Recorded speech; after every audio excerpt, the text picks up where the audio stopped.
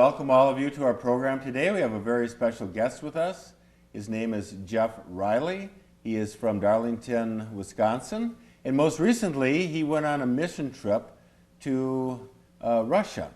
And so, Jeff, I just want to thank you so much for being on the program today. And it's just interesting how God, calls us to be His people. And then He also then sends us out into doing His work. And so as we think about your mission, your work as a missionary, when you think about it, and how God called you to go to Russia. Mm-hmm. And so it's just interesting, but how did you end up feeling that call to go to Russia? Well, it's kind of a long story, and it started about 10 or 12 years ago. We were introduced to a man from Tennessee. He's a pastor. His name is Stu Martin, and he lives in Lyles, Tennessee, about 50 miles from Nashville.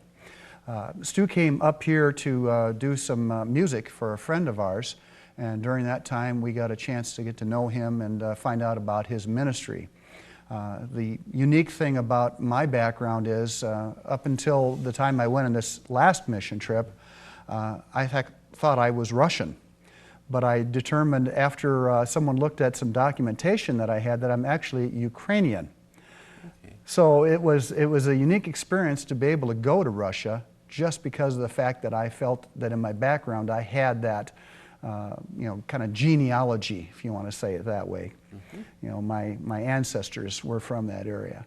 So I was excited for the opportunity to go, but it did take us quite a few years to make the decision to be able to go and financially to be able to go too, because it's a fairly expensive trip. Yeah.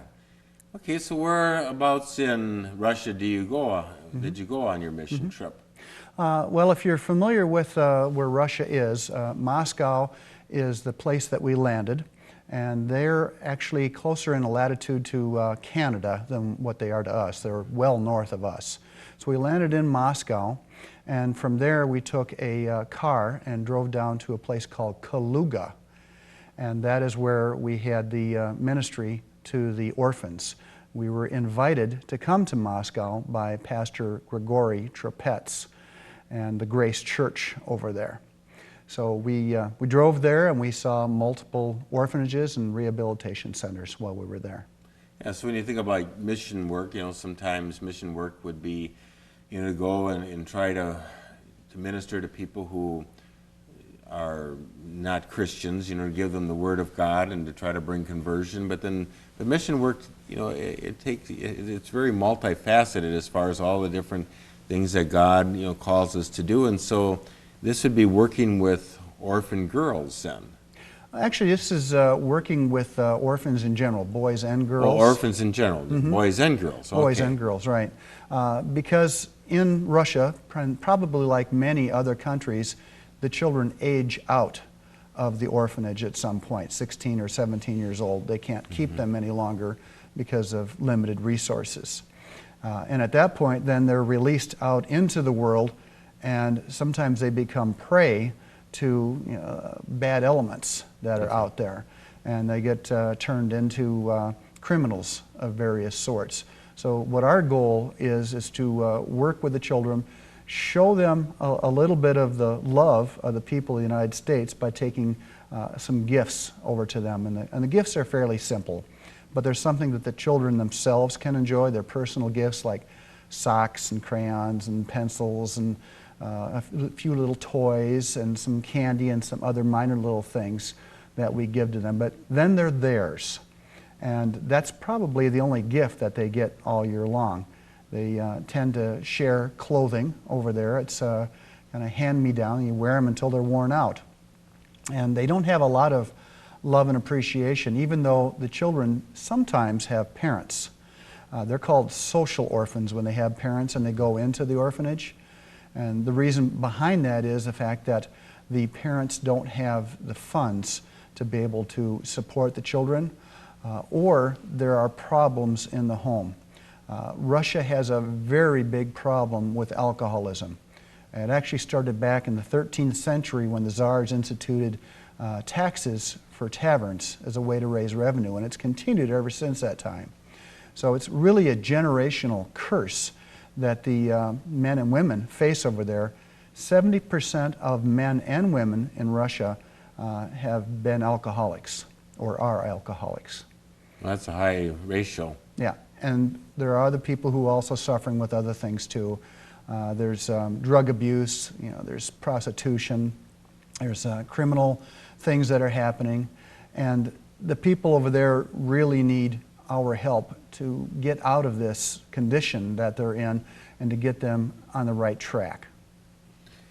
Yeah, so you have quite a few orphans, and as a result of, well, these social lifestyles, so to speak, a lot of it revolving around alcoholism then. Right. Yeah. A lot of problems in the home. And because of that, the state will sometimes take away the children and put them in an orphanage.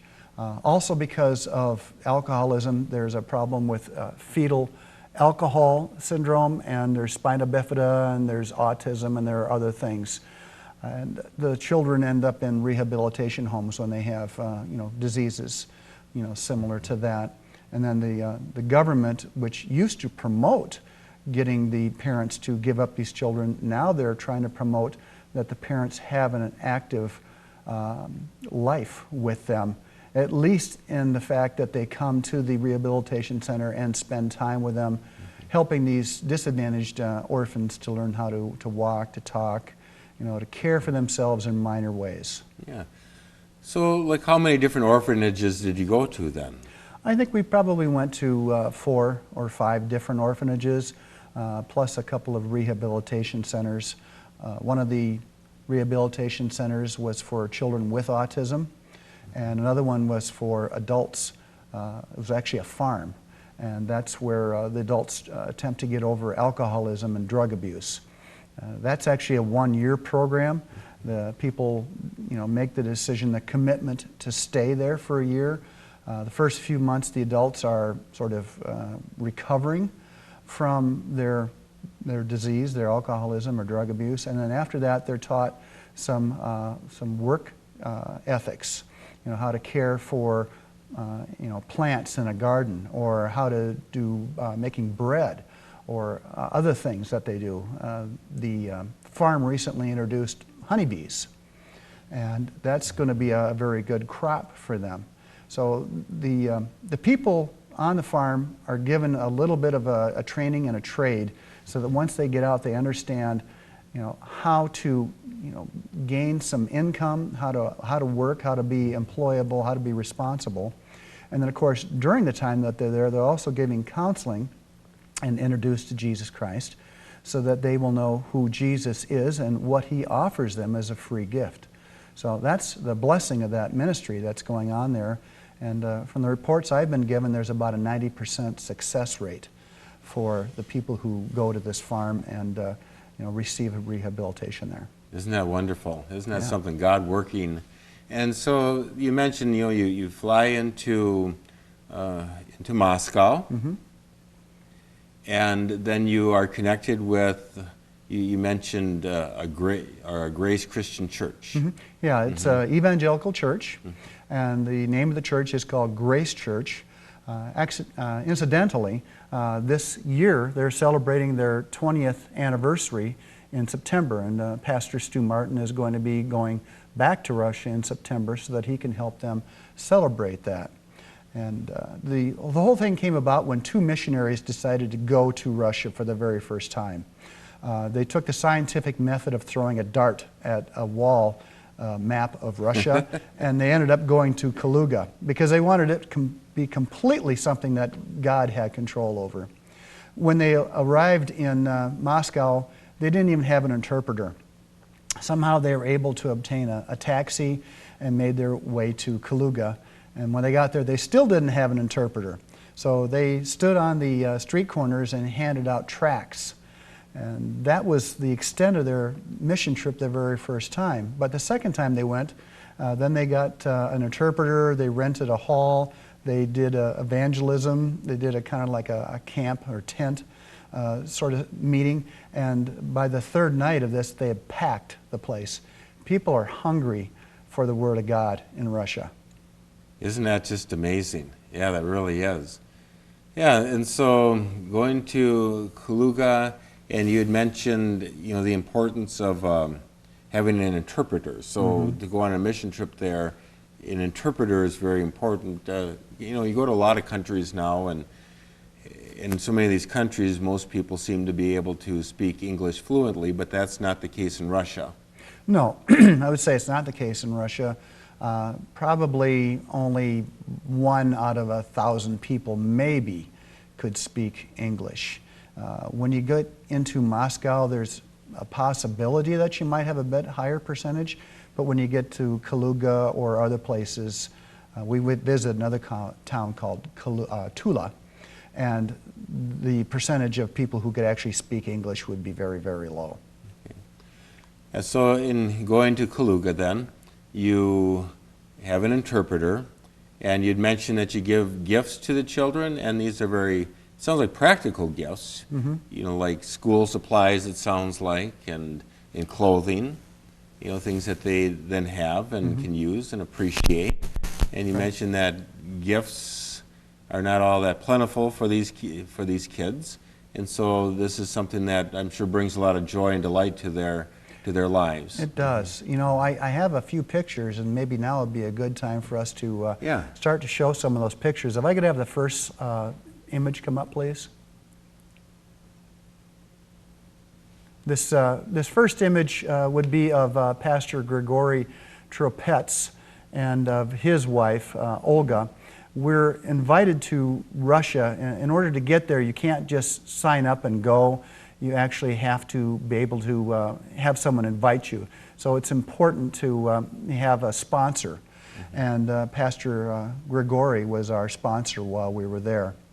The second slide, if you okay. So you have to have an invitation. It's not like, do. I'm just going to go to, fly over to and end up in Kaluga and start doing some kind of ministry. Well, why is that? Is there some restrictions, or? It's a bit restricted. I'm not even sure how the first 2 missionaries were able to get into Russia. They may have just come in on a tourism visa, but the way that it's done now is you have to have an invitation if you're going to go to some place, and we've recently been told that tourism visas are no longer acceptable for doing ministry. Pastor Stu was not allowed to preach at the last time that we were there in May because of the fact that he had a tourism visa. Well, now he's going to have to get a humanitarian visa so that he can preach. Okay. We were very limited in what we could do while we were there. Yeah, so giving gifts and being able to share a little bit of the love of God with them, and just having that presence, that relational connection was really a huge thing. Ministry of presence and giving these gifts. Yeah, amen. Yeah, it's important to support the churches over there. There are several churches that are evangelical churches within Kaluga, and they've also started a church in Moscow. Plus there's a church that's starting in a neighboring city called Tula. Tula is about 500,000 people, and Kaluga is about 400,000 people. And as I mentioned before the start of the show, Moscow is about 18 million people. Isn't that something? Yeah, so let's go to the next picture then.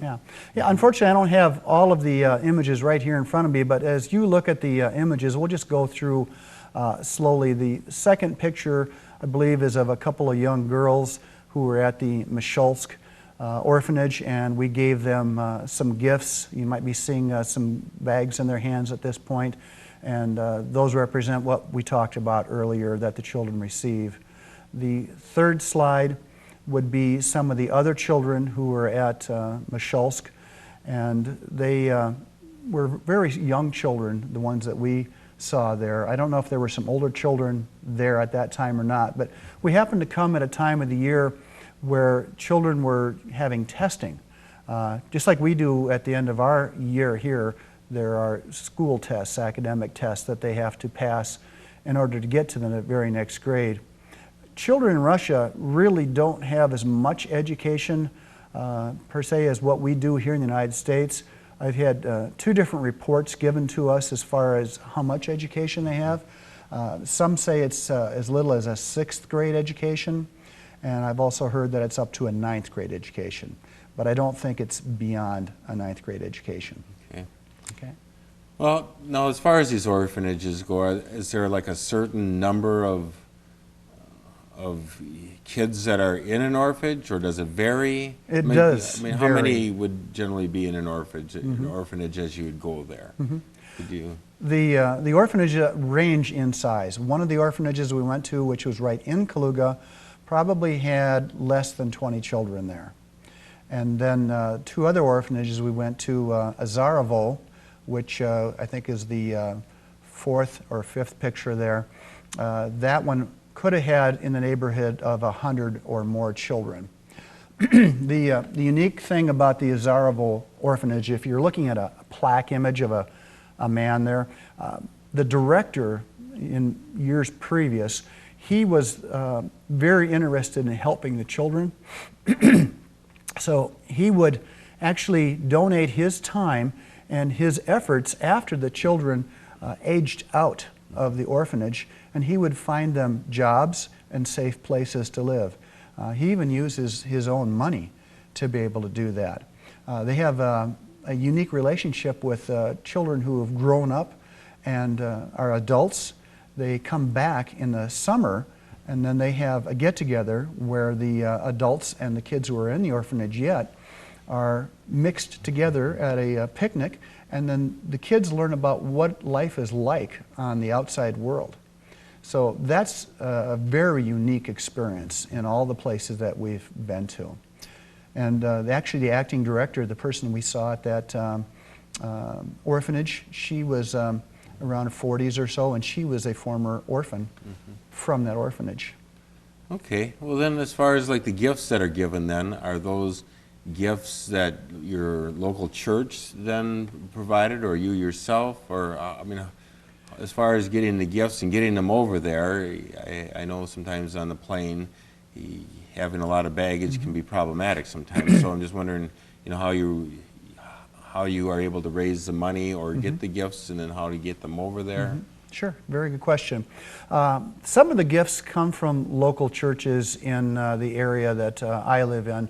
I visited churches in Darlington and Mineral Point and other places as well who gave gifts. Plus there were individuals outside of those areas who gave gifts as well. So it's a effort from many places and many people. There's also gifts that come from Tennessee and from Minnesota. There's a church in Fairmont, Minnesota that's a big sponsor of the church over there in Russia, and also the orphanages. Why, isn't that something? And here again, if if somebody wants to, or a church wants to support the church in Kaluga, how would they go about that? Is there a certain website or? Yeah, the website is Wings of the Wind Ministries, that's IES.com.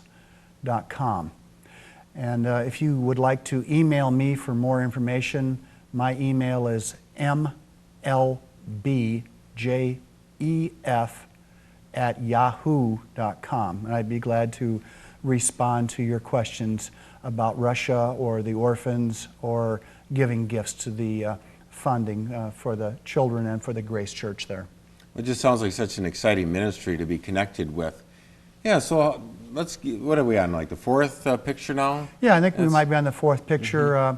So let's go to the next picture. I think this one would be the Poborky orphanage, and that's a large group of children. You asked how many are there. That one is likely in excess also of 100 children, and they're all ages. They range from about age 6 on up through 17. So there's many different boys and girls there. Each day the children choose whatever clothing is available in their size, and then that's their clothing for the day. So none of the children really own anything at these orphanages except for what we've taken over and given to them. Pastor Stu refers to that as Christmas in May, because the kids get some gift that they have never had before. Well, I kept thinking in my mind, this is almost like I think of like being a child at Christmas time and how fun it is to get a gift, and And so I guess we don't have to wait until Christmas, but this would be Christmas in, whatever time you go there. So how precious that is. Yeah. And how, as far as getting them over on the plane, I know sometimes, we're restricted as far as how much stuff we can take over. Yes. Is that a problem, or do they allow as much stuff on the airline as you can want to take? Well, Pastor Stu usually organizes that, but this time we took one of our own bags of items to give to the children. It's very expensive to take the gifts over there. It's like $200 a bag sometimes to take one of these Army duffel bag sizes. Because we were flying separately, we were able to take over a third bag on our own, which was just $100, but that's still quite expensive. And as far as a limitation, I think you do have an upper limit as to how much you can take. Typically we've got these big Army duffels, and we fill them up with stocking caps and socks and all these other things that I mentioned. But occasionally we've run out, and when you try to buy things over there, like for instance pencils, they're about $1 a pencil. Oh. They're expensive. Yeah, so really this is a lot more economical way to go then. It is in the long run, yes. In the long run, yeah. Okay, well, let's have the next picture. Yeah, unfortunately I don't recall what the next picture is there, but you'll look at it, you'll see either some orphans, or you'll see a picture of possibly the farm. If you could just continue on through until the last set of pictures and just go briefly on each one, you'll see either some people in there, or one of the pictures, I think it might be the last picture, is a group of missionaries that we came into contact with in a neighboring city called Tula. We traveled about an hour and a half to get to the missionaries there, and they are a couple of young guys and their wives and children, and they're trying to evangelize in a city where mostly, or maybe even completely, Russian Orthodox. And it's very difficult to minister to people of the Russian Orthodox faith just because their priests tell them not to listen to people who are evangelicals and trying to introduce them to Jesus Christ. You'd think we'd be on the same side, but they really don't want us over there. Because they have a specific doctrine or teaching that they want their people to have. And, right. And so even though, when you think of like being Christian, that if it's just a little bit different understanding of it. Okay, well, isn't that something? They're very proprietary. They don't want anybody to take any one of their flock away. And unfortunately, what we've seen, at least, the Russian Orthodox Church doesn't give a lot of funding to the children. And I know they have money because they have gold on their spires. So that's something we wish that they would be more a part of. Well, when we think about Russia, we generally think, think of them being, a communist country, and, and here again, maybe just out of naivety, thinking that they are an atheist country, but maybe that's not the case. Do you have any, Jeff, maybe you do or maybe you don't, do you know, like, what percentage of people in Russia, at least, that they belong to the Russian Orthodox Church? What percentage of people would you say are religious there? And I realize that, statistics and percentages and things like that are not always all that accurate, but what's kind of your sense of kind of the religious flavor, or just how religious are the people there? I did look up statistics on that at one point. I don't have the exact figures in my head, but I would say more than 70% are Russian Orthodox. It could be maybe even as high as 85%. So it's not generally, so there's a sense that it's not just an atheist country then? No, I believe even President Putin belongs to the Russian Orthodox Church. The other denominations are mixed variety. You'll find some Jewish people there. You'll find some evangelical. And you'll find some other denominations. There are a few Muslims in Russia as well. So they make up small percentages of what's left after the Russian Orthodox vast majority. Yeah, so now you'd mentioned earlier in the interview, as far as that the people there just have a real hunger and thirst for the Word of God, to be able to open up the Bible and to study that, and you found that to be the case. Mm-hmm. Yes. When we were at the Grace Church, that church has grown dramatically. It used to be an old theater with a hole in the roof, and Pastor Grigori, he spoke to the original two pastors. I believe the first one was Steve Whitmer, and he says, if you will purchase this building for me, I will go into Kaluga and I will win Kaluga for God. And he really has been doing that. Grace Church has 3 services on Sunday. 2 services are packed. They're 300 people each. The third service is 100 to 150, and then there's a youth service at night. One of the images that I had in the photos was of the youth, and they were having a youth service with praise music, and then afterward we went into a separate room, which they call their gymnasium, which was really not much larger than this stage area. Had a nice meal with them, and the question that came up to the youth was, how are Christians affected by what's going on in the world today? And we had various answers related to that. One of the young women who was there, she's about 16, her parents had to remove them from the place that they were living in. I think it was maybe Tajikistan, but I don't have that exact. It doesn't matter. It was one of the places within Russia, and they were facing persecution because someone came to them and said, you must sign this document that you will not go to this church any longer, and you must also not share your faith with anyone else. I believe that probably was a Muslim type of situation that against Christians.